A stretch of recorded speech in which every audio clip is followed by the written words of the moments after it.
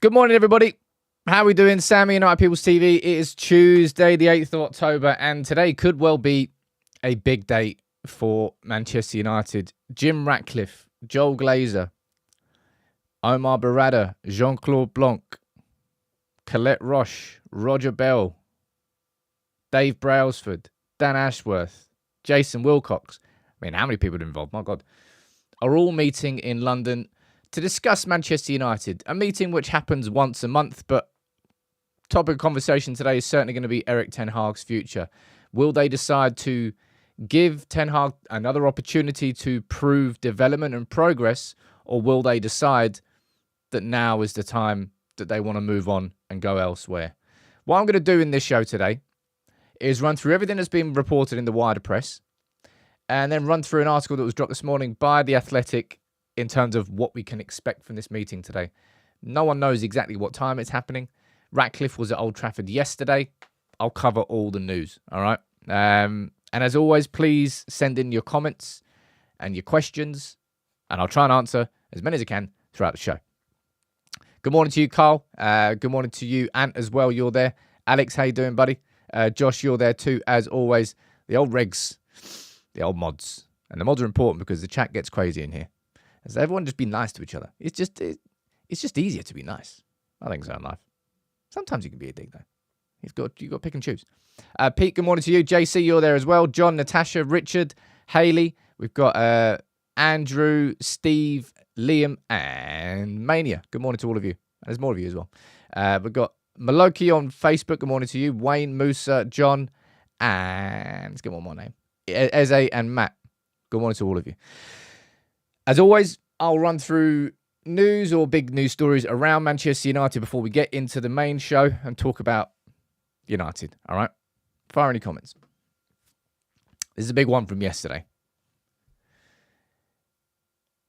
Of course, we're waiting for the 115 charges case. The Premier League, what is it? They built a case against City over 9 years and they went after City. That, I believe, is that already happening behind the scenes? Don't actually know. But anyway, this was a separate one. Man City brought a case against the Premier League and tried to argue that the associated party transactions rule was uncompetitive.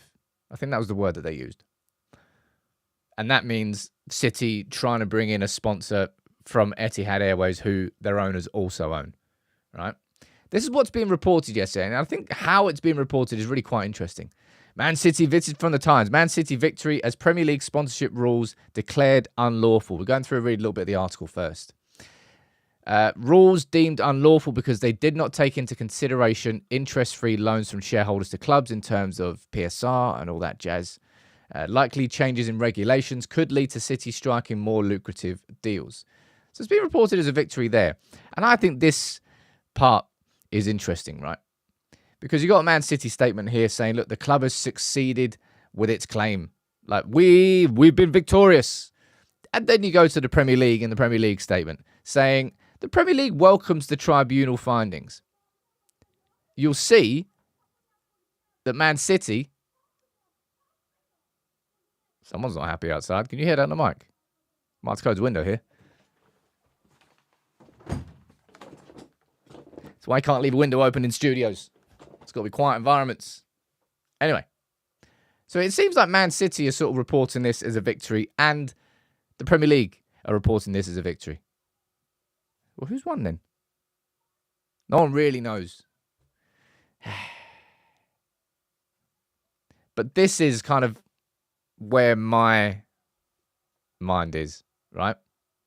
Nick DeMarco, I don't know whether he was directly involved in the litigation of this whole process, but he's described this. Look, all I can say, this is Nick's words here verbatim. All I can say is that we're living in the most exciting time for sports law. Yeah, that's exactly what that is. So that's such an exciting prospect, man. All these constant arguments and legal cases against clubs and leagues. It's just so exciting. Oh, I can't believe this is. I'm so happy that sport has finally reached the point where I always wanted it to be, man. You know what's coming next week? Oh man, you should wait for this case that's coming up. Ooh, it's gonna be a perler. Just like piss off. This is what I hate most about modern football. And that's why it's not just about being an old man moaning. It's like the game, which was started as a working class game.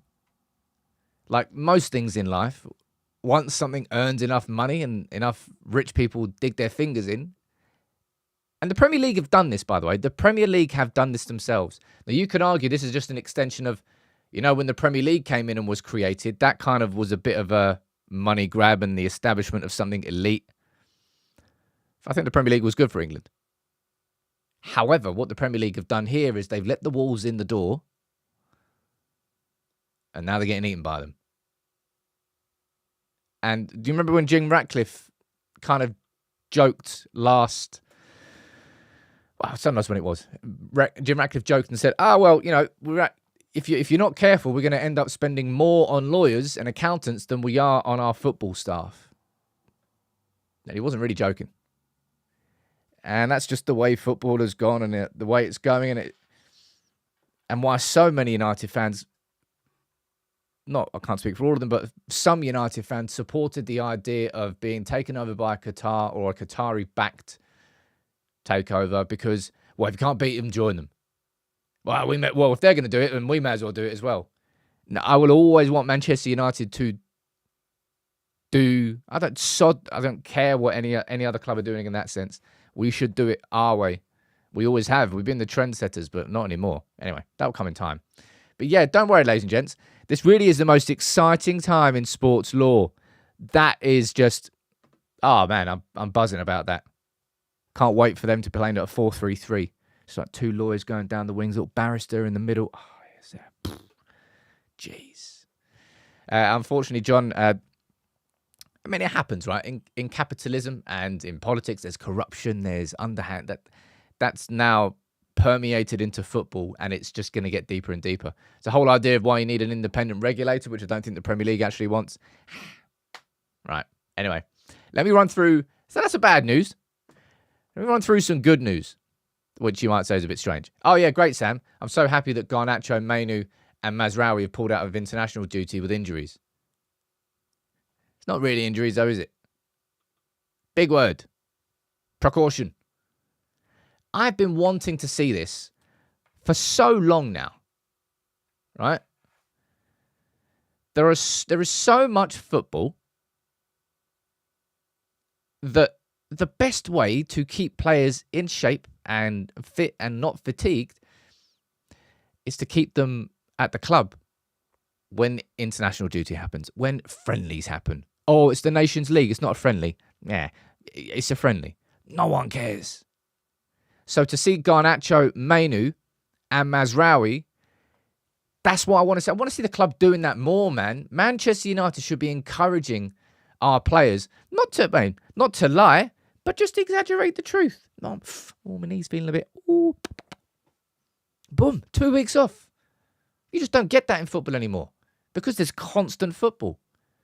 So I'm hoping, and especially out of all of them, still we've all thought it all season. But Kobbie Mainoo, I said it on Twitter yesterday, I said he used to glide around the pitch last season. Everything looks a bit heavier with him. Like his step, his body language. It just seems, he doesn't seem as loose. I don't know the right word to describe it. But he is definitely fatigued, has been fatigued this whole time. So a full 2 weeks off, I think could do Kobbie the world of good. I think so anyway. Oh, look at that. We've got Kazim joining as a squad member. How you doing, dude? Mainly you gifted 5 memberships. And JC, continuing to support the channel, man. Gifting 10 memberships. You're a legend. All of you. You're legends. And you enabled me, by the way. Can I just say this? Oh, yeah, 2 things, actually. First of all, I said it yesterday, and I sent Andy Mitten 50 quid from the United People's TV community as a little donation. So good luck to Andy's and Brian and the Manchester United Foundation. They're climbing Kilimanjaro. Could I do that? Nah, I couldn't. I wouldn't have the balance to do that. Damn. I'd love to do something like that, though. But yeah, I don't think I could do it anymore. Maybe with walking poles. Not sure. Anyway, good luck to Andy. That's one thing. And I want to explain this to you, right? If you're in the, and you know what I say about,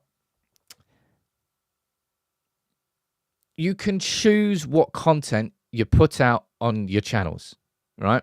You know, I see it with, it can be as not just at Gold, but just everybody. It's United Stand, it's United View, it's Stretford Paddock, it's anybody. You always have a choice whether or not you cover something. Don't just, I'm just covering the news, and just use that as a blanket bullshit, because it is exactly that. You're using that as an excuse. All right? Let me show you an example. Yesterday, I recorded a whole video on Gary Neville's comments about how that Villa game gives Ten Hag, or like relieves the pressure on Erik Ten Hag. And I was like, I completely disagree with it. So the title of the video was going to be, I disagree with Gary Neville. And I made the thumbnail, I did the title, I had the whole video recorded.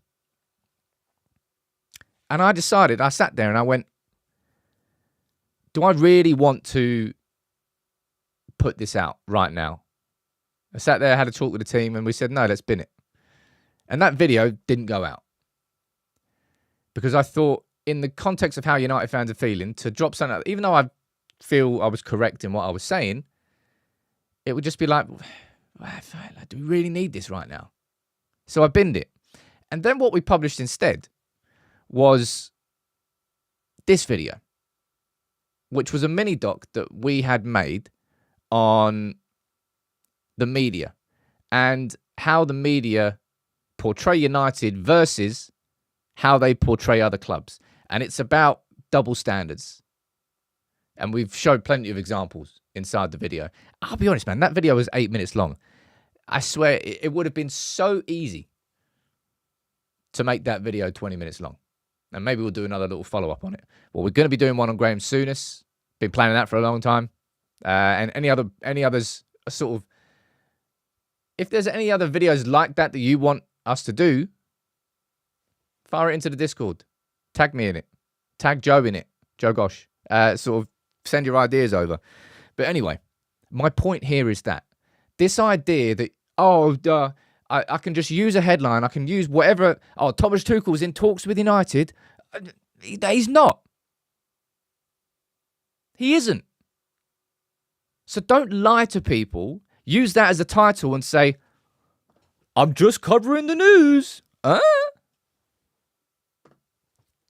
Utter lies, because you can choose not to do it. And when I spend so much of my time trying to do things correctly, that's why stuff like that gets under my skin more than it would probably would for you. And if you spent enough time on it, it would do it as well. But if you like to, go and check the video out on the media. I think you will enjoy it. I did anyway. You always have a choice what you do cover and what you don't cover. And anybody who says otherwise is just straight up lying. All right? And remember that. Please remember that. Right. Let's speak about the main story from today. This is Jim Ratcliffe and Joel Glazer arriving at Old Trafford yesterday, unfortunately. Isn't it amazing how Abraham Glazer's just been cut out? Properly cut out. Anyway, he has. That's Jim Ratcliffe and Joel Glazer arriving at Old Trafford yesterday. Now, there was a meeting. Fergie was there as well. Gary Neville was there too. It was a meeting that happened between... Ratcliffe was there to speak about the stadium development. I'm going to run through the article from The Athletic when we detail a little bit more about this. Gary Neville was there with the stadium too. And Joel Glazer met with the fan advisory board. And I'll show you who was on that fan advisory board. But that was not the executive meeting, right? I'm just going to cover here what the whispers and the reports from the wider press yesterday were saying, right? This is Melissa Reddy from Sky Sports, okay? Saying United are refusing to panic and will be measured when considering next steps over how to move the club forward, with Erik ten Hag calm over his position ahead of Tuesday's executive meeting. Sky Sports reporting, Erik ten Hag is calm. Rob Dawson is reporting that ten Hag spoke to United's leadership team and was not given an indication that his job was under immediate threat. So both ESPN and Sky Sports reporting the same thing there. You've got Pete Hall, who I think is from The Independent, saying there's a growing feeling that they're going to pull the trigger. But again, this is just... It's just guesswork. It's just guesswork. Jamie Jackson. Erik ten Hag's future will be decided at an executive summit tomorrow. I mean, obviously, Jamie, that's exactly why they're meeting. Thank you for the update, though. So there sums up what was reported yesterday. Whispers, apart from, look, the sources of Sky Sports and ESPN suggesting that Erik ten Hag is confident going into this meeting today. And then I'm going to run through this, which was an article published by The Athletic this morning, kind of discussing it in a little bit more detail, and we can have a look, just a conversation here as a community. Matt, you just sent a super chat. What are you saying, sir? Ineos have already made up their mind on ten Hag. I'm glad you're part of the meeting, Matt. It's good to know that. We've got an insider here. The Villa result was irrelevant, especially as they have these meetings once a month. It's not that... Look, I'm taking a piss at it a little bit, but I partly agree with you. I don't think that Villa result, and this is the thing that was the basis of my video that I was going to do with Gary Neville, not with Gary Neville, disagreeing with Gary Neville yesterday. There's no way that result against Villa changes a perspective or a narrative or an opinion. Like a 0-0 draw away at Villa, it's good. It's a tough game to go to right now, but United were just dog awful. Dog awful? It's made up. The way we set up, it was very bad. I already spoke about that. There's no way that game changes an opinion or a narrative that already existed. Now, let's run through what this article from The Athletic said, because there's some info in here, right? So this is what is happening today, right? Members of United's executive committee are meeting in London, and the get-togethers, you can see there, they're scheduled to take place each month, and this London date has long been in the diary rather than a reaction to the team form. And that's one of the first things I've already said this quite a few times on this channel. But this isn't like an emergency meeting that's been called and everyone flies in because Man United are playing crap. Once a month, clearly this has been put into part of the new process of Manchester United's football board, where once a month, I don't know whether these happen, probably they happen in person, not sure. Last one happened in September at the America's Cup. Was that the America's Cup? There you go. In Barcelona. This one's happening in Manchester. And you can see all the names who are involved. Ratcliffe is going to be there, Joel Glazer, Dave Brailsford, Jean-Claude Blanc, Omar Barada, Dan Ashworth, Jason Wilcox, Roger Bell, and Colette Roche. And look, the fact as well that you've got Man United's Chief Financial Officer and Chief Operating Officer in Colette Roche, the fact that they are both going, it shows you this meeting is far more than just about speaking football. It's far more than just about speaking about Erik ten Hag's future. They're speaking about the whole club. They're speaking about stadium redevelopment. They're speaking about Carrington. They're speaking about 3-year, 5-year visions. And also, they will be speaking about Erik ten Hag, which we all know. So yesterday, as I said, I showed you the video there. Ratcliffe was at Old Trafford. So was Joel Glazer. Fergie was there too. And Glazer met with the Fans Advisory Board. Now, let me pull this up for you here. The Fans Advisory Board was something that was put together. When was it? A few years ago? After the failed attempt to join the Super League, Joel Glazer pledged that the communication would be much better, blah, blah, blah. And he just lied through his back teeth until Jim Ratcliffe came in. And Jim Ratcliffe is now not forcing, but kind of effectively forcing Joel Glazer to have some form of, actually act like a genuine owner. And the sooner that we don't even have to mention his name, I can't wait to celebrate that day. I've already celebrated the idea that Joel Glazer isn't directly in charge of football. Joel and Abraham Glazer aren't directly in charge of footballing decisions anymore. Because if you go back to this, right? Look at this list down there. Rewind 2 years and let's pretend Jim Ratcliffe didn't come in and Erik ten Hag was already in and we reached this position in what was previously our ownership structure. This meeting would be John Murtough and Richard Arnold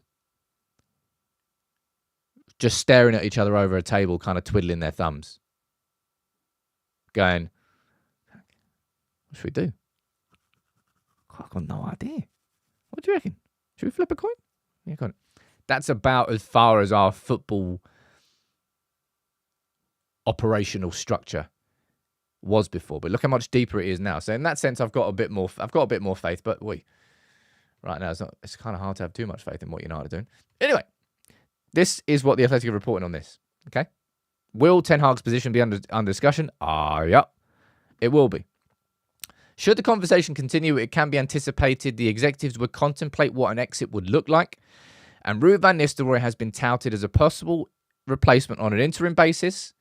And Tuchel's availability may be a point of discussion. But no approach has been made. What was it yesterday? Samuel Luckhurst just... What is it? We read... One of the media reports covered earlier. I got a good feeling. It's got the spidey senses are tingling. And he was saying that, Tuchel is a consideration. Oh, good. Well done. And can I say this now? Right, I was going to mention this later, but I'm going to say this right now. About Tuchel.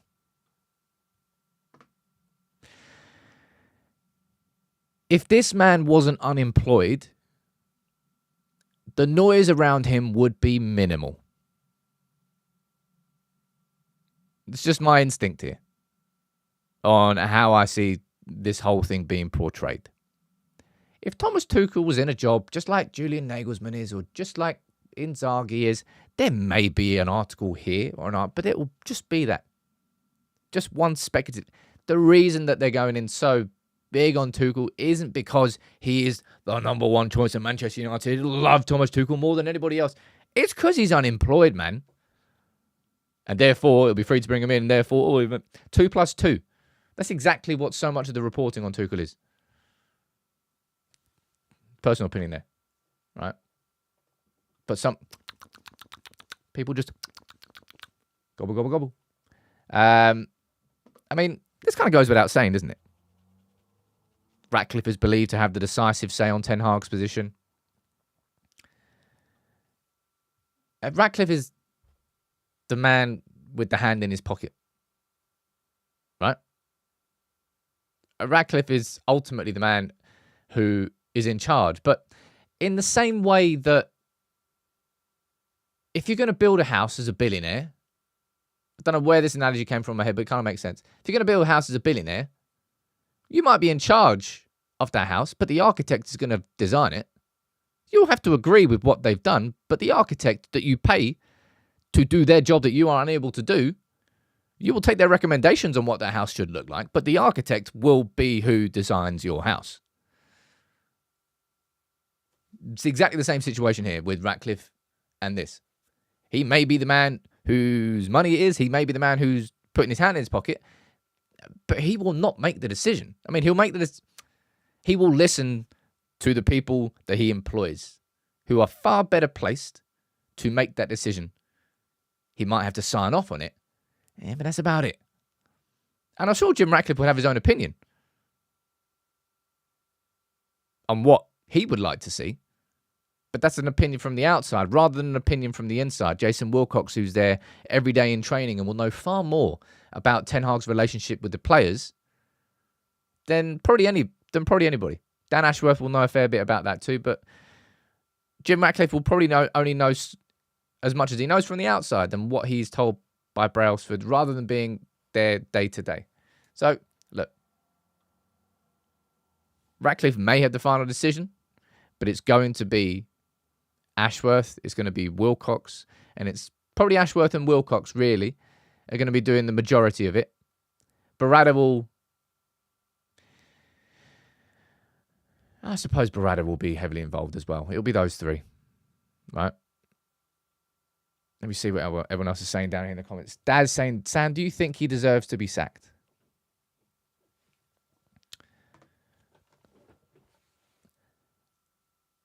The measure of how I saw this season was, am I seeing progress?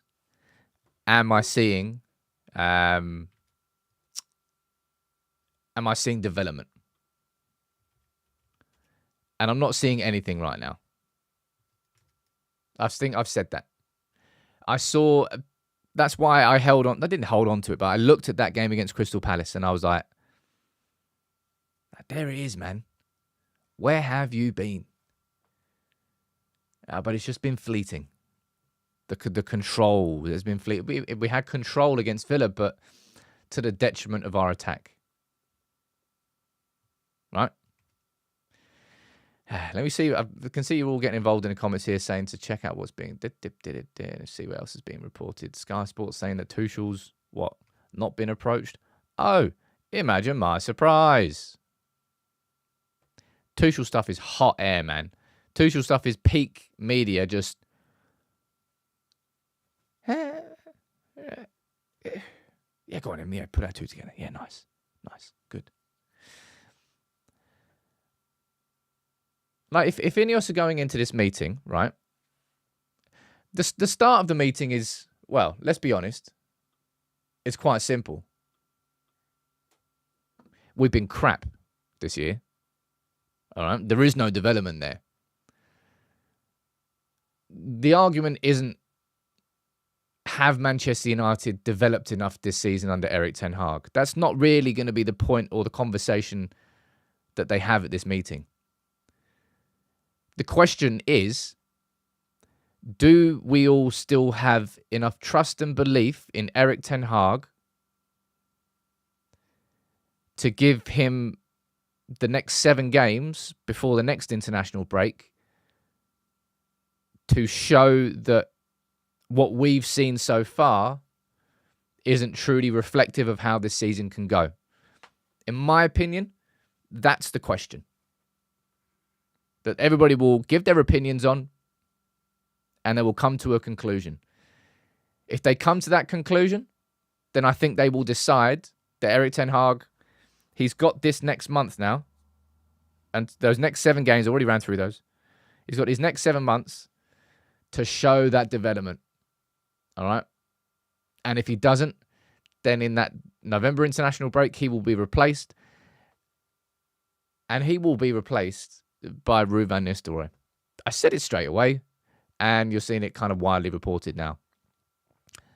In my opinion, I think it was part of the reason why Ineos were fine with Ruud van Nistelrooy being chosen by Erik ten Hag as his new assistant manager. Because the way I see this, right? Speaking hypotheticals here. If Ineos decides, no, we don't trust the process, we don't trust Erik ten Hag, and we don't have belief that this system is going to come to fruition, so we're going to remove him now, and we're going to bring in Ruud van Nistelrooy as an interim. My personal prediction of what would happen would be that Ruud would be interim manager until the end of the season, and Ineos would take their time, and no manager would be off the cards. So this is the thing. I'll go back to it again. The main reason why Thomas Tuchel is being talked about is because he's unemployed, not because he is by far and away the best prospect for Manchester United. It's because he's unemployed. It's 2 + 2. Whereas if Ineos give themselves the time with Ruud van Nistelrooy,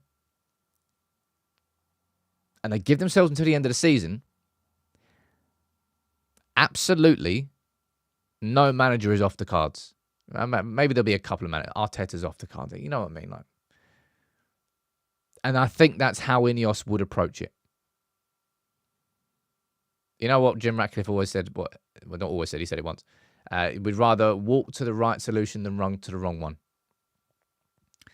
And kind of, so I suppose some United fans are semi-expecting, well, if Ten Hag goes out, then you get Tuchel in 2 days, and then he's got 5 days to work with the team before Brentford, and we can get the immediate upturn. I don't personally expect that to happen. And this is just a prediction, all right? This is an inside scoop, inside knowledge. Some people down there saying, I don't want Ruud, you're wasting the season putting Ruud in. Well, you could argue that it would be reactive, and why wouldn't you take the time? Do you really want Thomas Tuchel? Is he absolutely the best candidate? The thing is, right, Man United have already done their research. So when it comes to speaking about new managers, we're not exactly starting on ground zero. We saw who Ineos approached. They did approach Tuchel. They approached Thomas Frank. Who else did they approach? Poch. I think Nagelsmann's name kind of disappeared. That's just a prediction. If Erik Ten Hag was to be sacked, I would expect Ruud van Nistelrooy to come in as interim until the end of the season. Or maybe not the end of the season, but certainly as interim for a while. I'm going to go down and read some of your comments here. Kazim saying, came for the footy, staying for the dialectics? What dialectics? Dialect? How I'm speaking? Accent? I've no idea. Rex, you're saying, I would encourage... thank you very much, dude. Super chat about the video against the media. Man, that's what we should be doing as fan channels, man. They're ultimately trying to really stick it to those who stick it to our club and sort of just be there, just sort of standing in the corner, just defending. That's why I did a video on that first mini-doc that we did on Gary Neville. So just see him just talking himself down so much in the media that it just became the new norm. And it felt good to defend him. And I'll tell you what, a little cheeky surprise for you all here. I'll show you something that's coming out. I won't show you it, but I'll show you something. A little hint as to what's coming out on Friday. Right? Now, this is a little bit special, this one.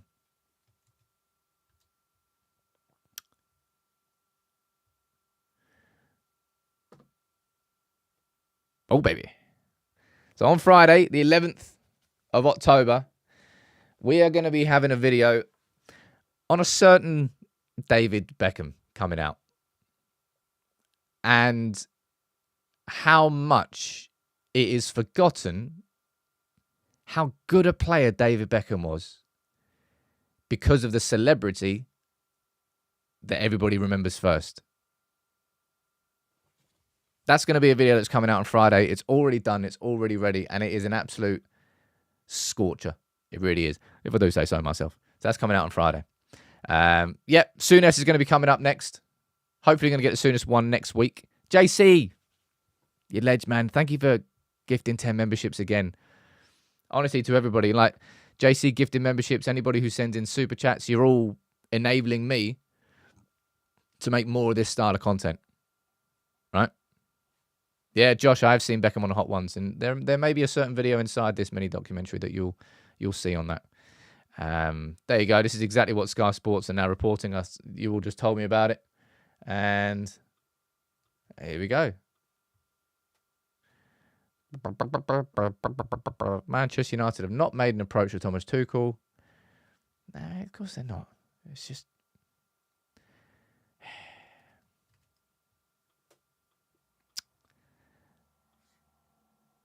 What do you think, people? Right? We'll wrap up.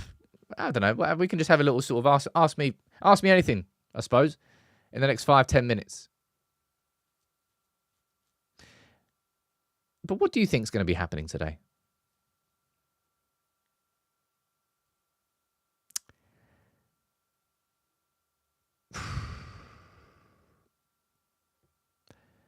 I think it's kind of.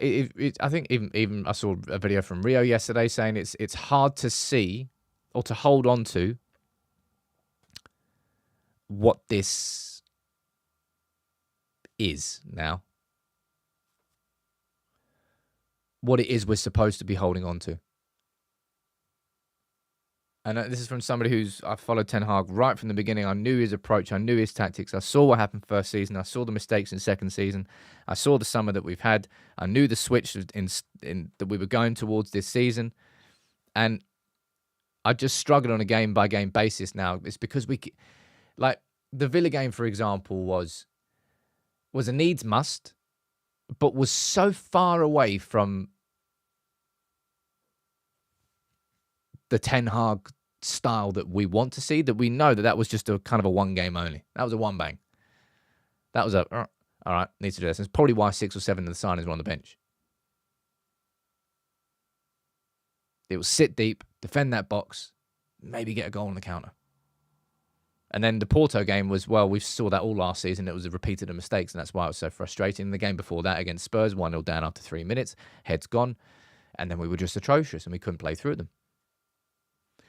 Glenn, you're saying it's a pre-planned board meeting. I'm sure Erik will be discussed, but think he will still be in charge for Brentford.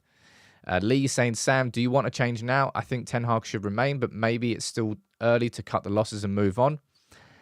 In my opinion, I think Ten Hag, Ten Hag is on the precipice. Make no mistake about it. Whether he gets the opportunity to see the next 7 games out or not, the conversation would then happen again in 7 games' time. It has reached that point. Now, whether or not they decide to sack him now, it'll come down as like a mutual agreement, won't it? Or whether they decide to give him an extra 7 games and have a conversation again in November, I think they're the only 2 options, really. I don't think it'll be just, we're back in Ten Hag until the end of the season, no matter what happens. I don't think that is.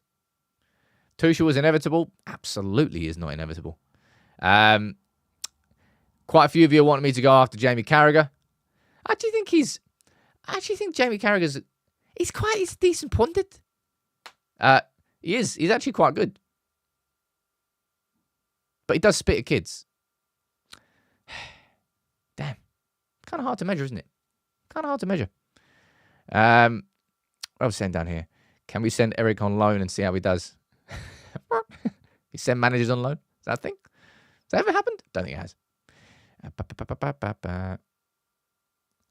Oh, yeah. So this will be an interesting one. I actually forgot to show you this one. This is